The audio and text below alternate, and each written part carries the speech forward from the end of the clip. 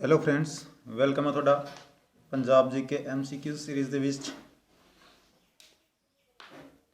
ਤੇ ਆਪਾਂ ਜਿਹੜੀ ਹੈ ਪੰਜਾਬ ਜੀਕੇ MCQ ਸੀਰੀਜ਼ ਦੀ ਜੋ ਦੂਜੀ ਸੀਰੀਜ਼ ਹੈ, ਸੈਕਿੰਡ ਸੀਰੀਜ਼ ਉਹ ਸ਼ੁਰੂ ਕੀਤੀ ਹੋਈ ਹੈ, ਜਿਹਦੇ ਵਿੱਚ ਆਪਾਂ ਮਿਕਸ ਕੁਐਸਚਨ ਪੰਜਾਬ ਬਾਰੇ ਵੇਖ ਰਹੇ ਹਾਂ ਕਿਹੜੇ ਕਿਹੜੇ ਬਣਦੇ ਨੇ। ਤੇ ਆਪਣੇ ਪੰਜਾਬ ਬਾਰੇ ਜਾਣੋ, ਇਹ ਸੀਰੀਜ਼ ਹੈਗੀ ਆਪਣੀ। ਤੇ ਇਹਦੇ ਵਿੱਚ ਆਪਾਂ ਪਿਛਲੀ ਕਲਾਸ ਦੇ ਵਿੱਚ 25 ਕੁਐਸਚਨ ਕੀਤੇ ਸੀਗੇ। 25 ਕੁਐਸਚਨ ਕਰਨ ਤੋਂ ਬਾਅਦ ਨੈਕਸਟ ਕਲਾਸ ਆਪਣੀ ਅੱਜ ਇਹ ਹੈਗੀ ਹੈ। ਇਹਦੇ ਵਿੱਚ ਆਪਾਂ ਪੰਜਾਬ ਜੀਕੇ ਦੇ ਕੁਐਸਚਨਾਂ ਬਾਰੇ ਵੇਖਾਂਗੇ ਕਿਹੜੇ ਕਿਹੜੇ ਕੁਐਸਚਨ ਨੇ। ਤਾਂ ਚਲੋ ਸ਼ੁਰੂ ਕਰਦੇ ਹਾਂ। ਆਪਣਾ ਅੱਜ ਦਾ ਪਹਿਲਾ ਪ੍ਰਸ਼ਨ ਵੇਖਦੇ ਹਾਂ ਕੀ ਹੈ। ਤੇ ਆਪਣੀ ਇਸ ਕਲਾਸ ਨੂੰ ਤੁਸੀਂ ਇਹ ਜਿਹੜਾ ਸ਼ੇਅਰ ਤੇ ਲਾਈਕ ਜ਼ਰੂਰ ਕਰ ਦੇਣਾ, ਤੇ ਚੈਨਲ ਜੇਕਰ ਸਬਸਕ੍ਰਾਈਬ ਨਹੀਂ ਕੀਤਾ ਇਹਨੂੰ ਸਬਸਕ੍ਰਾਈਬ ਕਰ ਲੈਣਾ। ਤਾਂ ਆਪਣਾ ਜਿਹੜਾ ਹੈ ਪਹਿਲਾ ਪ੍ਰਸ਼ਨ ਹੈਗਾ ਉਹ ਹੈ, ਭਾਰਤ ਦਾ ਸੰਵਿਧਾਨ ਕਦੋਂ ਲਾਗੂ ਹੋਇਆ। ਤਾਂ ਭਾਰਤ ਦਾ ਸੰਵਿਧਾਨ ਜਿਹੜਾ ਹੈ 26 ਜਨਵਰੀ 1950 ਨੂੰ ਲਾਗੂ ਹੋਇਆ ਸੀਗਾ। ਭਾਰਤ ਦਾ ਸੰਵਿਧਾਨ 26 ਜਨਵਰੀ 1950 ਨੂੰ ਲਾਗੂ ਹੋਇਆ ਸੀ। ਤਾਂ ਇਹ ਡੇਟ ਯਾਦ ਰੱਖਣੀ ਹੈ, 26 ਜਨਵਰੀ 1950 ਨੂੰ ਭਾਰਤੀ ਸੰਵਿਧਾਨ ਲਾਗੂ ਹੋਇਆ ਸੀਗਾ। ਤੇ ਇਸ ਨੂੰ ਸਵੀਕਾਰ ਕਦੋਂ ਕੀਤਾ ਗਿਆ ਸੀਗਾ, ਤਾਂ ਸਵੀਕਾਰ ਕਰਨ ਦੀ ਡੇਟ ਪੁੱਛੀ ਜਾਏਗੀ ਤਾਂ ਉਹ ਸੀਗੀ ਆਪਣੀ 26 ਨਵੰਬਰ 1949। ਇਸ ਤਾਰੀਖ ਨੂੰ ਆਪਾਂ ਸੰਵਿਧਾਨ ਨੂੰ ਸਵੀਕਾਰ ਕੀਤਾ ਸੀਗਾ, ਅੰਗੀਕ੍ਰਿਤ ਕੀਤਾ ਸੀ, ਅਧਿਨਿਯਮਿਤ ਕੀਤਾ ਸੀਗਾ। ਪਰ ਪੂਰੀ ਤਰ੍ਹਾਂ ਆਪਾਂ ਜਦੋਂ ਲਾਗੂ ਕੀਤਾ ਸੀਗਾ ਉਦੋਂ 26 ਜਨਵਰੀ 1950 ਨੂੰ ਲਾਗੂ ਕੀਤਾ ਸੀਗਾ। ਇਹ ਧਿਆਨ ਰੱਖਣਾ ਤੁਸੀਂ, ਡੇਟ ਦੇ ਵਿੱਚ ਕਨਫਿਊਜ਼ ਨਹੀਂ ਹੋਣਾ। ਜੇਕਰ ਪੁੱਛੇ ਕਿ ਇਸ ਨੂੰ ਸਵੀਕਾਰ ਕਦੋਂ ਕੀਤਾ ਗਿਆ, ਅੰਗੀਕ੍ਰਿਤ ਕਦੋਂ ਕੀਤਾ ਗਿਆ, ਉਦੋਂ ਆਪਣਾ ਆਏਗਾ 26 ਨਵੰਬਰ 1949। ਤੇ ਪੁੱਛਿਆ ਜਾਏ ਕਿ ਲਾਗੂ ਕਦੋਂ ਕੀਤਾ ਗਿਆ ਤਾਂ 26 ਜਨਵਰੀ 1950 ਨੂੰ ਲਾਗੂ ਕੀਤਾ ਗਿਆ ਸੀਗਾ। ਸੈਕਿੰਡ ਕੁਐਸਚਨ ਹੈ ਆਪਣਾ, ਲੋਕ ਸਭਾ ਦਾ ਪਹਿਲਾ ਸਪੀਕਰ ਕੌਣ ਸੀਗਾ। ਤਾਂ ਲੋਕ ਸਭਾ ਦੇ ਜਿਹੜੇ ਪਹਿਲੇ ਸਪੀਕਰ ਸੀਗੇ ਆਪਣੇ ਉਹ ਸੀਗੇ GV ਮਾਵਲੰਕਰ। ਮਾਵਲੰਕਰ ਠੀਕ ਹੈ। ਤਾਂ ਇੱਥੇ GV ਦਾ ਪੂਰਾ ਨਾਮ GV ਜਿਹੜਾ ਹੈ ਇਹ ਸ਼ੋਰਟ ਦੇ ਵਿੱਚ ਲਿਖਿਆ ਹੋਇਆ ਹੈ। GV ਦਾ ਪੂਰਾ ਫੁੱਲ ਫਾਰਮ ਹੈ ਗਣੇਸ਼ ਵਾਸੁਦੇਵ, ਠੀਕ ਹੈ। ਤਾਂ ਆਪਣਾ ਆਨਸਰ ਜੋ ਦਿੱਤਾ ਹੋਇਆ ਉਹ ਬਿਲਕੁਲ ਠੀਕ ਹੈ, ਗਣੇਸ਼ ਵਾਸੁਦੇਵ ਮਾਵਲੰਕਰ ਜਿਹੜੇ ਸੀਗੇ ਇਹ ਲੋਕ ਸਭਾ ਦੇ ਪਹਿਲੇ ਸਪੀਕਰ ਸੀਗੇ, ਗਣੇਸ਼ ਵਾਸੁਦੇਵ। ਤੀਜਾ ਪ੍ਰਸ਼ਨ ਹੈਗਾ ਆਪਣਾ, ਭਾਰਤ ਰਤਨ ਪੁਰਸਕਾਰ ਪ੍ਰਾਪਤ ਕਰਨ ਵਾਲੀ ਪਹਿਲੀ ਔਰਤ ਕੌਣ ਸੀਗੀ। ਭਾਰਤ ਰਤਨ ਪੁਰਸਕਾਰ ਜਿਹੜਾ ਪ੍ਰਾਪਤ ਕਰਨ ਵਾਲੀ ਪਹਿਲੀ ਔਰਤ ਸੀਗੀ ਆਪਣੀ ਇੰਦਰਾ ਗਾਂਧੀ, ਠੀਕ ਹੈ। 1984 ਵੇਲੇ ਇਹ ਭਾਰਤ ਦੇ ਪ੍ਰਧਾਨ ਮੰਤਰੀ ਸੀਗੇ, ਠੀਕ ਹੈ। ਇਹ ਧਿਆਨ ਰੱਖਣਾ ਕਿ ਭਾਰਤ ਰਤਨ ਪੁਰਸਕਾਰ ਪ੍ਰਾਪਤ ਕਰਨ ਵਾਲੀ ਪਹਿਲੀ ਔਰਤ ਕੌਣ ਸੀਗੀ, ਉਹ ਸੀਗੀ ਆਪਣੀ ਇੰਦਰਾ ਗਾਂਧੀ, ਜੋ ਕਿ ਪ੍ਰਧਾਨ ਮੰਤਰੀ ਰਹਿ ਚੁੱਕੇ ਨੇ। ਤੇ ਇਹਨਾਂ ਨੂੰ ਆਇਰਨ ਲੇਡੀ ਵੀ ਕਿਹਾ ਜਾਂਦਾ ਹੈ, IRON ਲੇਡੀ, ਆਇਰਨ ਲੇਡੀ ਵੀ ਇੰਦਰਾ ਗਾਂਧੀ ਨੂੰ ਕਿਹਾ ਜਾਂਦਾ। ਤਾਂ ਇਹ ਵੀ ਧਿਆਨ ਤੁਸੀਂ ਰੱਖਣਾ ਕਿ ਆਇਰਨ ਲੇਡੀ ਕਿਸ ਨੂੰ ਕਿਹਾ ਜਾਂਦਾ, ਤਾਂ ਇੰਦਰਾ ਗਾਂਧੀ ਨੂੰ ਕਿਹਾ ਜਾਂਦਾ। ਅੱਗੇ ਆਪਣਾ ਕੁਐਸਚਨ ਹੈਗਾ ਨੈਕਸਟ, ਖੇਡਾਂ ਵਿੱਚ ਸ਼ਾਨਦਾਰ ਪ੍ਰਦਰਸ਼ਨ ਕਰਨ ਲਈ ਕਿਹੜਾ ਪੁਰਸਕਾਰ ਦਿੱਤਾ ਜਾਂਦਾ। ਤਾਂ ਖੇਡਾਂ ਦੇ ਵਿੱਚ ਕੋਈ ਵੀ ਖਿਡਾਰੀ ਜਦੋਂ ਆਪਣਾ ਉੱਚ ਕੋਟੀ ਦਾ ਪ੍ਰਦਰਸ਼ਨ ਕਰਦਾ ਹੈ, ਸ਼ਾਨਦਾਰ ਪ੍ਰਦਰਸ਼ਨ ਕਰਦਾ ਹੈ, ਬਹੁਤ ਵਧੀਆ ਖੇਡਦਾ ਹੈ, ਤਾਂ ਉਸ ਨੂੰ ਅਰਜੁਨ ਪੁਰਸਕਾਰ ਦਿੱਤਾ ਜਾਂਦਾ ਹੈ। ਅਰਜੁਨ ਪੁਰਸਕਾਰ ਦਿੱਤਾ ਜਾਂਦਾ ਹੈ। ਤੇ ਵਧੀਆ ਕੋਚ ਦੇ ਲਈ, ਸਭ ਤੋਂ ਉੱਚ ਕੋਟੀ ਦੇ ਕੋਚ ਦੇ ਲਈ, ਜੇਕਰ ਕੋਚ ਦੀ ਗੱਲ ਕਰੀਏ, ਕੋਚ ਨੂੰ ਜੇਕਰ ਵਧੀਆ ਪ੍ਰਸਿੱਧ ਕੋਚ ਹੋਵੇ, ਚੰਗਾ ਕੋਚ ਹੋਵੇ, ਤਾਂ ਉਸ ਨੂੰ ਕਿਹੜਾ ਪੁਰਸਕਾਰ ਦਿੱਤਾ ਜਾਂਦਾ ਹੈ, ਤਾਂ ਉਸ ਨੂੰ ਦਰੋਣਾਚਾਰਿਆ ਪੁਰਸਕਾਰ ਜਿਹੜਾ ਦਿੱਤਾ ਜਾਂਦਾ ਹੈ, ਦਰੋਣਾਚਾਰਿਆ। ਤਾਂ ਇਹ ਵੀ ਤੁਸੀਂ ਧਿਆਨ ਰੱਖਣਾ। ਇਹ ਅਰਜੁਨ ਪੁਰਸਕਾਰ ਖਿਡਾਰੀਆਂ ਨੂੰ ਮਿਲਦਾ ਹੈ, ਤੇ ਜਿਹੜੇ ਕੋਚ ਹੁੰਦੇ ਨੇ ਖਿਡਾਰੀਆਂ ਨੂੰ ਸਿੱਖਿਤ ਕਰਨ ਵਾਲੇ, ਉਹਨਾਂ ਨੂੰ ਦਰੋਣਾਚਾਰਿਆ ਪੁਰਸਕਾਰ ਮਿਲਦਾ ਹੈ। ਇਹ ਵੀ ਤੁਸੀਂ ਧਿਆਨ ਰੱਖਣਾ ਹੈ। ਅਗਲਾ ਪ੍ਰਸ਼ਨ ਆਪਣਾ, ਕਿਮੋਨੋ ਕਿਸ ਦੇਸ਼ ਦੀ ਇੱਕ ਪਹਿਰਾਵੇ ਦੀ ਸ਼ੈਲੀ ਹੈਗੀ ਹੈ। ਕਿਮੋਨੋ ਜਿਹੜੀ ਹੈਗੀ ਹੈ ਇੱਕ ਪਹਿਰਾਵੇ ਦੀ ਸ਼ੈਲੀ ਹੈਗੀ ਹੈ। ਕਿਮੋਨੋ ਜਿਵੇਂ ਆਪਾਂ ਇੱਥੇ ਲੁੰਗੀ ਪਾਉਂਦੇ ਹਾਂ ਜਾਂ ਕੁੜਤਾ ਪਾਉਂਦੇ ਹਾਂ ਜਾਂ ਕੁੜਤਾ ਪਜਾਮਾ ਪਾਉਂਦੇ ਹਾਂ, ਪੈਂਟ ਸ਼ਰਟ ਪਾਉਂਦੇ ਹਾਂ, ਤਾਂ ਇਹ ਕੀ ਹੈਗੀ ਹੈ, ਇੱਕ ਪਹਿਰਾਵੇ ਦੀ ਸ਼ੈਲੀ ਹੈਗੀ ਹੈ। ਉਸੇ ਤਰੀਕੇ ਦੇ ਨਾਲ ਕਿਮੋਨੋ ਜਿਹੜੀ ਹੈ ਇੱਕ ਪਹਿਰਾਵੇ ਦੀ ਸ਼ੈਲੀ ਹੈਗੀ ਹੈ। ਇਹ ਕਿਹੜੇ ਦੇਸ਼ ਦੀ ਹੈਗੀ ਹੈ, ਤਾਂ ਇਹ ਹੈਗੀ ਆਪਣੇ ਜਾਪਾਨ ਦੀ ਸ਼ੈਲੀ ਹੈਗੀ ਹੈ ਕੱਪੜਿਆਂ ਦੀ। ਇੱਥੇ ਪਹਿਰਾਵੇ ਦੇ ਨਾਲ ਸੰਬੰਧਿਤ ਕੁਐਸਚਨ ਬਣ ਰਹੇ ਨੇ, ਠੀਕ ਹੈ। ਇਹ ਵੀ ਤੁਸੀਂ ਧਿਆਨ ਰੱਖਣਾ ਕਿ ਪੰਜਾਬ ਦੇ ਵਿੱਚ ਆਪਣੇ ਪਹਿਰਾਵੇ ਨਾਲ ਸੰਬੰਧਿਤ, ਆਪਣੇ ਸੱਭਿਆਚਾਰ ਨਾਲ ਸੰਬੰਧਿਤ ਕੁਐਸਚਨ ਵੀ ਪੁੱਛੇ ਜਾਂਦੇ ਆ। ਤੇ ਆਪਾਂ ਨੂੰ ਆਪਣੇ ਨਾਲ ਲੱਗਦੇ ਦੇਸ਼ਾਂ ਦੇ ਬਾਰੇ ਵੀ ਪਤਾ ਹੋਣਾ ਚਾਹੀਦਾ ਹੈ, ਉੱਥੋਂ ਦੀ ਪਹਿਰਾਵੇ ਦੇ ਬਾਰੇ ਪਤਾ ਹੋਣਾ ਚਾਹੀਦਾ ਹੈ, ਕਿਉਂਕਿ ਕੰਪੀਟੀਸ਼ਨ ਵੱਧਦਾ ਜਾ ਰਿਹਾ ਤੇ ਕੁਐਸਚਨ ਦਾ ਲੈਵਲ ਵੀ ਵਧੇਗਾ। ਹੋ ਸਕਦਾ ਹੈ ਕਿਸੇ ਵੀ ਦੇਸ਼ ਦੇ ਪਹਿਰਾਵੇ ਬਾਰੇ ਪੁੱਛ ਲਏ, ਤਾਂ ਆਪਾਂ ਨੂੰ ਥੋੜ੍ਹਾ ਬਹੁਤਾ ਦੂਜੇ ਦੇਸ਼ਾਂ ਦੇ ਪਹਿਰਾਵੇ ਬਾਰੇ, ਉਹਨਾਂ ਦੇ ਸੱਭਿਆਚਾਰ ਬਾਰੇ ਵੀ ਜਾਣਕਾਰੀ ਹੋਣੀ ਚਾਹੀਦੀ ਹੈ। ਤਾਂ ਇੱਥੇ ਆਪਣਾ ਸਹੀ ਆਨਸਰ ਹੋ ਜਾਏਗਾ ਜਾਪਾਨ। ਚਲੋ ਨੈਕਸਟ ਕੁਐਸਚਨ ਵੇਖਦੇ ਹਾਂ। 6ਵਾਂ ਪ੍ਰਸ਼ਨ ਹੈ ਆਪਣਾ,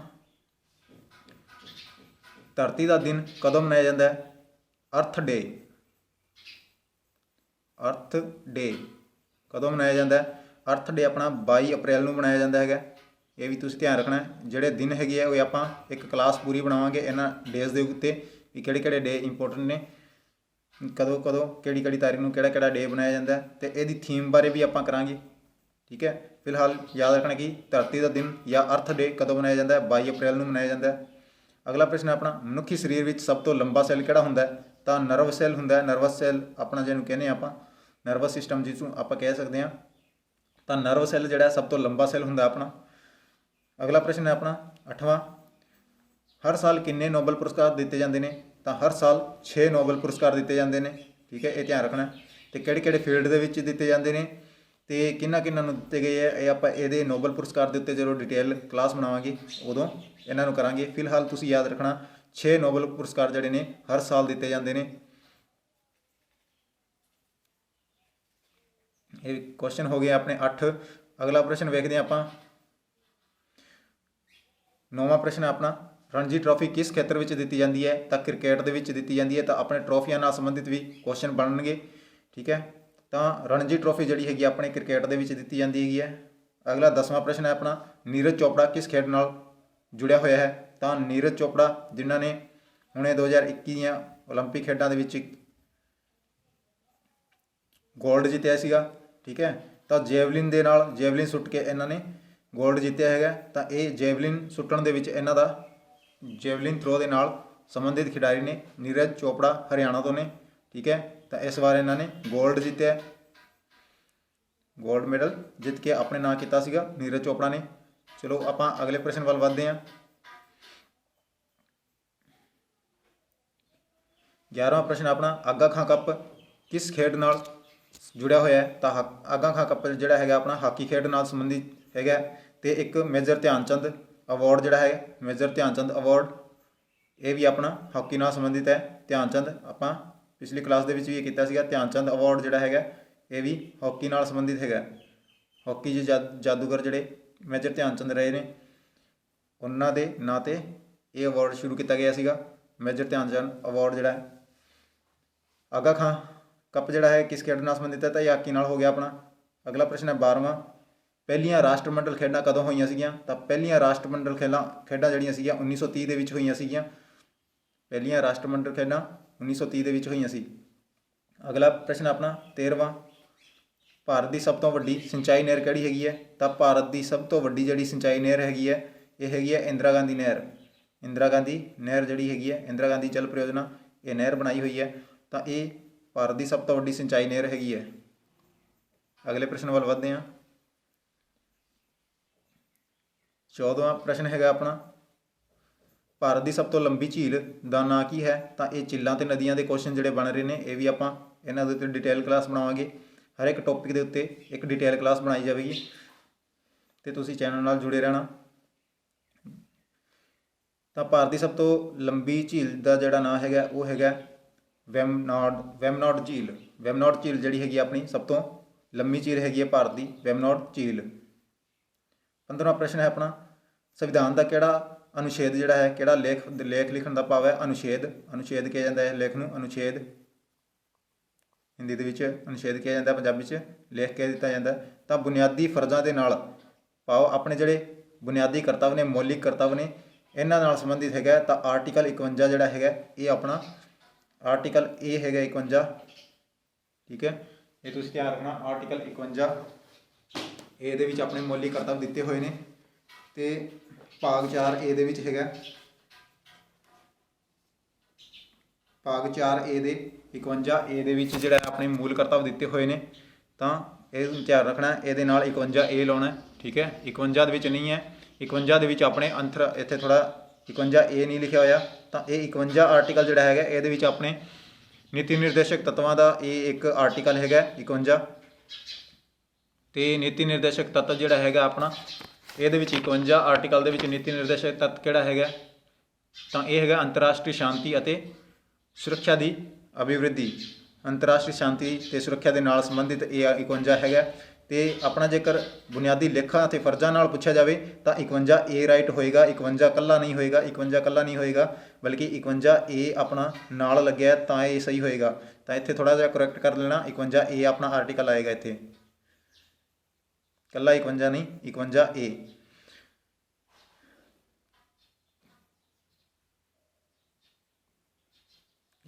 ਏ ਆਰਟੀਕਲ है। अगला प्रश्न अपना 16वां, ਭਾਰਤ ਵਿੱਚ ਰੇਲਵੇ ਪ੍ਰਣਾਲੀ ਕਦੋਂ ਸਥਾਪਿਤ ਕੀਤੀ ਗਈ ਸੀ? ਭਾਰਤ ਵਿੱਚ ਰੇਲਵੇ ਪ੍ਰਣਾਲੀ ਜਿਹੜੀ ਹੈਗੀ ਹੈ 1853 ਈਸਵੀ ਦੇ ਵਿੱਚ ਸਥਾਪਿਤ ਕੀਤੀ ਗਈ ਸੀਗੀ। ਭਾਰਤ ਵਿੱਚ ਰੇਲਵੇ ਪ੍ਰਣਾਲੀ 1853 ਈਸਵੀ ਦੇ ਵਿੱਚ ਸਥਾਪਿਤ ਕੀਤੀ ਗਈ ਸੀ। ਚਲੋ ਅਗਲਾ ਪ੍ਰਸ਼ਨ ਵੇਖਦੇ ਹਾਂ। ਭਾਰਤੀ ਸੰਵਿਧਾਨ ਦਾ ਕਿਹੜਾ ਅਨੁਛੇਦ ਬੁਨਿਆਦੀ ਫਰਜ਼ਾਂ ਪਾਓ ਮੌਲਿਕ ਕਰਤੱਵਾਂ ਦੇ ਨਾਲ ਸੰਬੰਧਿਤ ਹੈਗਾ? ਤਾਂ ਮੌਲਿਕ ਕਰਤੱਵਾਂ ਦਾ ਆਪਾਂ ਵੇਖਿਆ ਸੀਗਾ 51 ਏ ਹੈਗਾ, 51 ਏ ਠੀਕ ਕਰ ਲੈਣਾ ਇੱਥੇ।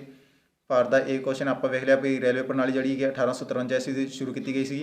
ਅਗਲਾ ਪ੍ਰਸ਼ਨ ਹੈ ਆਪਣਾ ਓਲੰਪਿਕ ਝੰਡੇ ਵਿੱਚ ਕਿੰਨੇ ਰਿੰਗ ਹੁੰਦੇ ਨੇ? ਓਲੰਪਿਕ ਝੰਡੇ ਦੇ ਵਿੱਚ ਇੱਦਾਂ ਇਹ ਆਪਣੇ 5 ਜਿਹੜੇ ਚਿੰਨ੍ਹ ਬਣੇ ਹੁੰਦੇ ਨੇ, ਇਹ 5 ਮਹਾਂਦੀਪਾਂ ਦੀ ਏਕਤਾ ਦੇ ਬੰਧੁਤਾ ਦੇ ਨਾਲ ਸੰਬੰਧਿਤ ਪ੍ਰਤੀਕ ਨੇ, ਠੀਕ ਹੈ। ਤਾਂ ਇਹ 5 ਇਸ ਤਰੀਕੇ ਦੇ ਨਾਲ ਆਪਸ 'ਚ ਜੁੜੇ ਹੁੰਦੇ ਨੇ, ਠੀਕ ਹੈ। ਇਹ 5 ਮਹਾਂਦੀਪਾਂ ਦੇ ਪ੍ਰਤੀਕ ਨੇ। ਤਾਂ 5 ਓਲੰਪਿਕ ਝੰਡੇ ਦੇ ਰਿੰਗ ਨੇ ਤੇ ਇਹਨਾਂ ਦੇ ਰੰਗ ਕਿਹੜੇ ਕਿਹੜੇ ਨੇ ਇਹ ਵੀ ਤੁਸੀਂ ਯਾਦ ਰੱਖਣਾ, ਗੂਗਲ ਸਰਚ ਕਰੋਗੇ ਸਾਰਾ ਤੁਹਾਨੂੰ ਮਿਲ ਜਾਏਗਾ। ਅਗਲਾ ਪ੍ਰਸ਼ਨ ਆਪਣਾ ਭਾਰਤ ਦਾ ਪਹਿਲਾ ਰੱਖਿਆ ਮੰਤਰੀ ਕੌਣ ਸੀ? ਭਾਰਤ ਦਾ ਜਿਹੜਾ ਪਹਿਲਾ ਰੱਖਿਆ ਮੰਤਰੀ ਸੀਗਾ ਉਹ ਸੀ ਆਪਣੇ ਸਰਦਾਰ ਬਲਦੇਵ ਸਿੰਘ, ਜੋ ਸੀਗੇ ਭਾਰਤ ਦੇ ਪਹਿਲੇ ਰੱਖਿਆ ਮੰਤਰੀ ਸੀਗੇ ਸਰਦਾਰ ਬਲਦੇਵ ਸਿੰਘ, ਤੇ ਇਹ ਆਪਣੇ ਅੰਤਰਿਮ ਕੈਬਨਿਟ ਦੇ ਵਿੱਚ ਵੀ ਸੀਗੇ।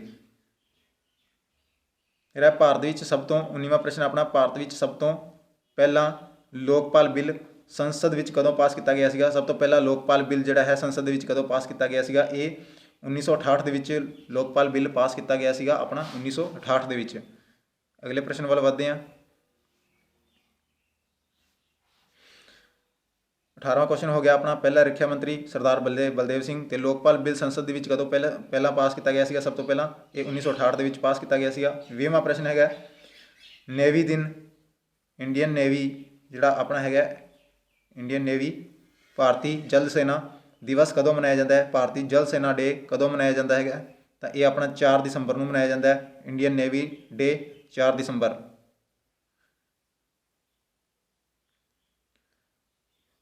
ਅਗਲਾ ਪ੍ਰਸ਼ਨ ਹੈ ਆਪਣਾ ਰਸੀਦੀ ਟਿਕਟ ਕਿਸ ਦੀ ਰਚਨਾ ਹੈਗੀ ਹੈ? ਰਸੀਦੀ ਟਿਕਟ ਜਿਹੜੀ ਹੈਗੀ ਹੈ ਇਹ ਆਪਣੇ ਅੰਮ੍ਰਿਤਾ ਪ੍ਰੀਤਮ ਦੀ ਹੈਗੀ ਹੈ। ਤਾਂ ਗਿਆਨਪੀਠ ਪੁਰਸਕਾਰ ਜਿੱਤਣ ਵਾਲੀ ਹੈਗੀ ਹੈ, ਠੀਕ ਹੈ। ਤਾਂ ਇਹ ਰਸੀਦੀ ਟਿਕਟ ਹੈਗੀ ਹੈ ਤੇ ਕਾਗਜ਼ ਤੇ ਕੈਨਵਾਸ ਦੇ ਲਈ ਇਹਨਾਂ ਨੂੰ ਗਿਆਨਪੀਠ ਪੁਰਸਕਾਰ ਜਿਹੜਾ ਹੈ ਮਿਲਿਆ ਹੋਇਆ, ਠੀਕ ਹੈ, ਸਾਹਿਤ ਅਕਾਦਮੀ ਪੁਰਸਕਾਰ। ਤੇ ਇਹਨਾਂ ਦੇ ਬਾਰੇ ਆਪਾਂ ਜਿਹੜਾ ਪੜ੍ਹਾਂਗੇ ਅੱਗੇ ਇਹਨਾਂ ਦੀਆਂ ਰਚਨਾਵਾਂ ਤੇ ਇਹਨਾਂ ਨੂੰ ਵੇਖਾਂਗੇ ਕਿ ਕਿਹੜੀ ਕਿਹੜੀ ਰਚਨਾ ਦੇ ਲਈ ਕਿਹੜਾ ਕਿਹੜਾ ਪੁਰਸਕਾਰ ਮਿਲਿਆ ਹੋਇਆ। ਫਿਲਹਾਲ ਤੁਸੀਂ ਇੰਨਾ ਹੀ ਯਾਦ ਰੱਖਣਾ ਕਿ ਰਸੀਦੀ ਟਿਕਟ ਜਿਹੜੀ ਰਚਨਾ ਹੈਗੀ ਹੈ ਇਹ ਆਪਣੇ ਅੰਮ੍ਰਿਤਾ ਪ੍ਰੀਤਮ ਦੀ ਰਚਨਾ ਹੈਗੀ ਹੈ। ਅਗਲਾ ਪ੍ਰਸ਼ਨ ਹੈ ਆਪਣਾ ਪਹਿਲਾ ਪੰਜਾਬੀ ਸੂਫੀ ਕਵੀ ਕੌਣ ਹੋਣ ਦਾ ਮਾਣ? ਪਹਿਲਾ ਪੰਜਾਬੀ ਸੂਫੀ ਕਵੀ ਹੋਣ ਦਾ ਮਾਣ ਕਿਸ ਨੂੰ ਪ੍ਰਾਪਤ ਹੋਇਆ? ਤਾਂ ਪਹਿਲਾ ਪੰਜਾਬੀ ਕਵੀ ਸੂਫੀ ਕਵੀ ਹੋਣ ਦਾ ਮਾਣ ਜਿਹੜਾ ਹੈ ਬਾਬਾ ਫਰੀਦ ਜੀ ਨੂੰ ਪ੍ਰਾਪਤ ਹੋਇਆ। ਕਿ ਪਹਿਲੇ ਪੰਜਾਬੀ ਸੂਫੀ ਕਵੀ ਕੌਣ ਸੀਗੇ? ਤਾਂ ਬਾਬਾ ਫਰੀਦ ਜੀ ਸੀਗੇ ਪਹਿਲੇ ਪੰਜਾਬੀ ਸੂਫੀ ਕਵੀ। ਅਗਲੇ ਪ੍ਰਸ਼ਨ ਵੱਲ ਵਧਦੇ ਹਾਂ। ਮਹੀਵਾਲ ਸ਼ਬਦ ਦਾ ਸ਼ਾਬਦਿਕ ਅਰਥ ਕੀ ਹੈ? ਤਾਂ ਮਹੀਵਾਲ ਸ਼ਬਦ ਦਾ ਜਿਹੜਾ ਹੈ ਸ਼ਾਬਦਿਕ ਅਰਥ ਉਹ ਜਿਹੜਾ ਹੈ ਮੱਝਾਂ ਚਾਰਨ ਵਾਲਾ ਹੈਗਾ। ਸੋਹਣੀ ਮਹਿਲਵਾਲ ਦੇਖਿਆ ਹੋਏਗਾ ਤਾਂ ਉੱਥੇ ਮਹੀਵਾਲ ਸ਼ਬਦ ਆਉਂਦਾ ਹੈ। ਤਾਂ ਇਹ ਮਹੀਵਾਲ ਸ਼ਬਦ ਦਾ ਜਿਹੜਾ ਅਰਥ ਹੈਗਾ ਇਹ ਕੀ ਹੈਗਾ? ਇਹ ਹੈਗਾ ਮੱਝਾਂ ਚਾਰਨ ਵਾਲਾ। ਮਹੀਵਾਲ ਸ਼ਬਦ ਦਾ ਸ਼ਾਬਦਿਕ ਅਰਥ ਵੇਖਿਆ ਜਾਵੇ ਤਾਂ, ਠੀਕ ਹੈ, ਅਸਲ ਦੇ ਵਿੱਚ ਉਹਨੇ ਸ਼ਾਇਦ ਨਹੀਂ ਕੀਤਾ ਹੋਣਾ ਮੱਝਾਂ ਚਾਰਨ ਦਾ ਕੰਮ, ਬਟ ਸ਼ਾਬਦਿਕ ਅਰਥ ਵੇਖਿਆ ਜਾਵੇ ਮਹੀਵਾਲ ਸ਼ਬਦ ਦਾ, ਇਹਦਾ ਸ਼ਾਬਦਿਕ ਅਰਥ ਕੱਢਿਆ ਜਾਵੇ ਤਾਂ ਇਸ ਦਾ ਇਹ ਅਰਥ ਬਣਦਾ ਹੈ ਕਿ ਮੱਝਾਂ ਚਾਰਨ ਵਾਲਾ। ਅਗਲਾ ਪ੍ਰਸ਼ਨ ਆਪਣਾ ਮਹਾਰਾਜਾ ਰਣਜੀਤ ਸਿੰਘ ਦਾ ਜਨਮ ਕਦੋਂ ਹੋਇਆ ਸੀਗਾ? 1780 ਦੀ ਈਸਵੀ ਦੇ ਵਿੱਚ ਮਹਾਰਾਜਾ ਰਣਜੀਤ ਸਿੰਘ ਦਾ ਜਨਮ ਹੋਇਆ ਸੀਗਾ। ਮਹਾਰਾਜਾ ਰਣਜੀਤ ਸਿੰਘ ਦਾ ਜਨਮ 1780 ਈਸਵੀ ਦੇ ਵਿੱਚ। ਤਾਂ ਕਿਹੜੀ ਮਿਸਲ ਦੇ ਨਾਲ ਸੰਬੰਧਿਤ ਸੀਗੇ? ਤਾਂ ਮਹਾ ਸਿੰਘ ਇਹਨਾਂ ਦੇ ਪਿਤਾ ਜੀ ਸੀਗੇ। ਤਾਂ ਉਹ ਕਿਹੜੀ ਮਿਸਲ ਦੇ ਨਾਲ ਸੰਬੰਧਿਤ ਸੀਗੇ? ਤਾਂ ਸ਼ੁੱਕਰ ਚੱਕੀਆ ਜਿਹੜੀ ਮਿਸਲ ਸੀਗੀ, ਸ਼ੁੱਕਰ ਚੱਕੀਆ। ਸਿੱਖਾਂ ਦੀਆਂ ਜੋ 12 ਮਿਸਲਾਂ ਹੋਈਆਂ ਨੇ, 12 ਮਿਸਲਾਂ ਦੇ ਵਿੱਚੋਂ ਇੱਕ ਮਿਸਲ ਸੀਗੀ ਸ਼ੁੱਕਰ ਚੱਕੀਆ।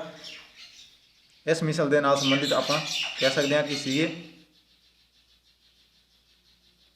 ਤੇ ਅੱਗੇ ਵਧਦੇ ਹਾਂ ਆਪਾਂ ਅਗਲੇ ਪ੍ਰਸ਼ਨ ਦੇ ਵੱਲ। ਪੰਜਵਾਂ ਪ੍ਰਸ਼ਨ ਇੱਥੇ ਦਿੱਤਾ ਹੋਇਆ ਹੈ, ਪਾਣੀਪਤ ਦੀ ਪਹਿਲੀ ਲੜਾਈ ਕਦੋਂ ਹੋਈ ਸੀਗੀ, ਕਦੋਂ ਲੜੀ ਗਈ, 21 ਅਪ੍ਰੈਲ। ਪੂਰੀ ਡੇਟ ਯਾਦ ਰੱਖਣੀ ਹੈ ਕਿਉਂਕਿ ਡੇਟ ਪੂਰੀ ਦੇ ਕੇ ਵੀ ਤੁਹਾਨੂੰ ਕੁਐਸਚਨ ਪੁੱਛਿਆ ਜਾ ਸਕਦਾ ਹੈ। ਸਨ ਸੇਮ ਰਹੇਗਾ ਤੇ ਡੇਟ ਅੱਗੇ ਚੇਂਜ ਕੀਤੀ ਹੋਏਗੀ ਕਿ 22 ਅਪ੍ਰੈਲ 1526 ਜਾਂ 22 ਜੁਲਾਈ 1526, 21 ਅਪ੍ਰੈਲ 1526 ਜਾਂ 21 ਜਨਵਰੀ 1526। ਤਾਂ ਇੱਥੇ ਤੁਸੀਂ ਪੂਰੀ ਡੇਟ ਤੇ ਮੰਥ ਵੀ ਯਾਦ ਰੱਖਣਾ ਨਾਲ। 21 ਅਪ੍ਰੈਲ 1526 ਈਸਵੀ ਨੂੰ ਜਿਹੜੀ ਹੈ ਪਾਣੀਪਤ ਦੀ ਪਹਿਲੀ ਲੜਾਈ ਲੜੀ ਗਈ ਸੀਗੀ। ਅਗਲਾ ਪ੍ਰਸ਼ਨ ਹੈ ਆਪਣਾ, ਜੰਗਨਾਮਾ ਦਾ ਲੇਖਕ ਕੌਣ ਹੈ। ਜੰਗਨਾਮਾ ਦਾ ਜਿਹੜਾ ਲੇਖਕ ਹੈਗਾ ਉਹ ਸ਼ਾਹ ਮੁਹੰਮਦ ਹੈਗਾ। ਠੀਕ ਹੈ, ਜੰਗਨਾਮਾ ਦੇ ਲੇਖਕ ਆਪਣੇ ਸ਼ਾਹ ਮੁਹੰਮਦ ਜੀ ਨੇ। ਅਗਲਾ ਪ੍ਰਸ਼ਨ ਆਪਣਾ, ਪਵਿੱਤਰ ਪਾਪੀ ਕਿਸ ਦੀ ਰਚਨਾ ਹੈਗੀ ਹੈ। ਪਵਿੱਤਰ ਪਾਪੀ, ਚਿੱਟਾ ਲਹੂ, ਇਹ ਜਿਹੜੀਆਂ ਰਚਨਾਵਾਂ ਨੇ ਇਹ ਆਪਣੇ ਨਾਨਕ ਸਿੰਘ ਦੀਆਂ ਰਚਨਾਵਾਂ ਨੇ। ਠੀਕ ਹੈ, ਪਵਿੱਤਰ ਪਾਪੀ, ਚਿੱਟਾ ਲਹੂ ਇਹ ਨਾਨਕ ਸਿੰਘ ਦੀਆਂ ਰਚਨਾਵਾਂ ਨੇ ਤੇ ਬਹੁਤ ਵਾਰ ਪੇਪਰ ਦੇ ਵਿੱਚ ਪੁੱਛੀ ਵੀ ਗਈ ਹੈ। ਵੈਰੀ ਵੈਰੀ ਇੰਪੋਰਟੈਂਟ ਇਹ ਰਚਨਾ ਹੈਗੀ ਹੈ ਇਹਨਾਂ ਦੀ। ਤੇ ਇਹ ਪੰਜਾਬ PPSC PSSB ਦੇ ਵਿੱਚ ਵੀ ਆ ਚੁੱਕਿਆ ਹੈ ਤੇ ਪੰਜਾਬ ਪੁਲਿਸ ਦੇ ਵਿੱਚ ਵੀ ਪੁੱਛਿਆ ਜਾ ਸਕਿਆ ਹੈ। ਤਾਂ ਇਹ ਕੁਐਸਚਨ ਜਿਹੜਾ ਹੈਗਾ ਪੰਜਾਬ ਪੁਲਿਸ ਕਾਂਸਟੇਬਲ ਦੇ ਵਿੱਚ ਵੀ ਇੱਕ ਕੁਐਸਚਨ ਆ ਚੁੱਕਿਆ ਹੈ ਤੇ ਹੈੱਡ ਕਾਂਸਟੇਬਲ ਦੇ ਵਿੱਚ ਇੱਕ ਪ੍ਰਸ਼ਨ ਆ ਚੁੱਕਿਆ ਹੈ। ਤਾਂ ਧਿਆਨ ਰੱਖਣਾ ਹੈ ਕਿ ਇਹ ਰਚਨਾਵਾਂ ਜਿਹੜੀਆਂ ਨੇ ਨਾਨਕ ਸਿੰਘ ਦੀਆਂ ਬਹੁਤ ਜ਼ਿਆਦਾ ਇੰਪੋਰਟੈਂਟ ਨੇ ਤੇ ਅੰਮ੍ਰਿਤਾ ਪ੍ਰੀਤਮ ਦੀਆਂ, ਨਾਨਕ ਸਿੰਘ ਤੇ ਅੰਮ੍ਰਿਤਾ ਪ੍ਰੀਤਮ ਦੀਆਂ ਰਚਨਾਵਾਂ ਬਹੁਤ ਪੁੱਛੀਆਂ ਗਈਆਂ ਸੀ ਇਸ ਵਾਰ 2021 ਦੇ ਜਿਹੜੇ ਐਗਜ਼ਾਮ ਹੋਏ ਸੀ ਪੰਜਾਬ ਪੁਲਿਸ ਤੇ PSSB ਦੇ ਇਹਨਾਂ ਦੇ ਵਿੱਚ। ਤੇ ਆਪਣਾ ਜਿਹੜਾ ਇਲੈਕਸ਼ਨ ਕਾਨੂੰਗੋ ਦਾ ਪੇਪਰ ਹੋਇਆ ਉਹਦੇ ਵਿੱਚ ਵੀ ਇਹਨਾਂ ਰਚਨਾਵਾਂ ਦੇ ਨਾਲ ਰਿਲੇਟਡ ਇੱਕ ਪ੍ਰਸ਼ਨ ਆਇਆ ਸੀਗਾ। ਅਗਲਾ ਪ੍ਰਸ਼ਨ ਆਪਣਾ, ਬਿਰਹਾ ਦਾ ਕਵੀ ਕਿਸ ਨੂੰ ਕਿਹਾ ਜਾਂਦਾ ਹੈ। ਬਿਰਹਾ ਦਾ ਕਵੀ ਜਿਹੜਾ ਹੈ ਸ਼ਿਵ ਕੁਮਾਰ ਬਟਾਲਵੀ ਨੂੰ ਕਿਹਾ ਜਾਂਦਾ ਹੈ। ਤਾਂ ਇਹ ਯਾਦ ਰੱਖਣਾ ਕਿ ਬਿਰਹਾ ਦਾ ਕਵੀ ਕਿਸ ਨੂੰ ਕਿਹਾ ਜਾਂਦਾ ਹੈ। ਬਿਰਹਾ ਦਾ ਕਵੀ ਸ਼ਿਵ ਕੁਮਾਰ ਬਟਾਲਵੀ ਨੂੰ ਕਿਹਾ ਜਾਂਦਾ ਹੈ। ਸ਼ਿਵ ਕੁਮਾਰ ਬਟਾਲਵੀ ਬਿਰਹਾ ਦੇ ਕਵੀ। ਪੀੜਾਂ ਦਾ ਪਰਾਗਾ ਭੁੰਨਦੇ, ਇਹ ਰਚਨਾ ਇਹਨਾਂ ਦੀ ਹੈਗੀ ਹੈ ਸ਼ਿਵ ਕੁਮਾਰ ਬਟਾਲਵੀ ਦੀ, ਪੀੜਾਂ ਦਾ ਪਰਾਗਾ। ਪੀੜਾਂ ਦਾ ਪਰਾਗਾ ਇਹ ਰਚਨਾ ਕਿਸ ਦੀ ਹੈਗੀ ਹੈ। ਤਾਂ ਰਚਨਾ ਦੇ ਕੇ ਹੀ ਪੁੱਛਿਆ ਜਾ ਸਕਦਾ ਕਿ ਇਹ ਰਚਨਾ ਕਿਸ ਦੀ ਹੈਗੀ ਹੈ ਜਾਂ ਹੇਠ ਲਿਖਿਆਂ ਦੇ ਵਿੱਚ ਰਚਨਾ ਕਿ ਸ਼ਿਵ ਕੁਮਾਰ ਬਟਾਲਵੀ ਦੀ ਕਿਹੜੀ ਹੈਗੀ ਹੈ। ਤਾਂ ਪੀੜਾਂ ਦਾ ਪਰਾਗਾ ਇਹਨਾਂ ਦੀ ਰਚਨਾ। ਹੋਰ ਰਚਨਾਵਾਂ ਵੀ ਇਹਨਾਂ ਨੇ ਲਿਖੀਆਂ ਜਿਹੜੀਆਂ ਆਪਾਂ ਜਦੋਂ ਰਾਈਟਰ ਤੇ ਇਹਨਾਂ ਦੀਆਂ ਰਚਨਾਵਾਂ ਦੇ ਬਾਰੇ ਪੜ੍ਹਾਂਗੇ ਉਦੋਂ ਇਹਨਾਂ ਨੂੰ ਡਿਟੇਲ 'ਚ ਕਰਾਂਗੇ। ਤਾਂ ਫਿਲਹਾਲ ਇੰਨਾ ਹੀ ਆਪਣਾ ਬਹੁਤ ਹੈ। ਇਸ ਤੋਂ ਬਾਅਦ ਫਿਰ ਮਿਲਦੇ ਹਾਂ ਆਪਾਂ ਨੈਕਸਟ ਕਲਾਸ ਦੇ ਵਿੱਚ। ਤਦ ਤੱਕ ਲਈ ਤੁਹਾਡਾ ਧੰਨਵਾਦ। ਆਪਣੀ ਜਿਹੜੀ ਕਲਾਸ ਹੈ ਇਸ ਨੂੰ ਲਾਈਕ ਅਤੇ ਸ਼ੇਅਰ ਜ਼ਰੂਰ ਕਰ ਦੇਣਾ ਅਤੇ ਚੈਨਲ ਨੂੰ ਸਬਸਕ੍ਰਾਈਬ ਕਰਕੇ ਬੈਲ ਆਈਕਨ ਪ੍ਰੈਸ ਕਰ ਲੈਣਾ ਤਾਂ ਕਿ ਹਰ ਵੀਡੀਓ ਦੀ ਜਿਹੜੀ ਨੋਟੀਫਿਕੇਸ਼ਨ ਹੈ ਤੁਹਾਨੂੰ ਨਾਲ ਦੀ ਨਾਲ ਮਿਲਦੀ ਰਹੇ। ਧੰਨਵਾਦ।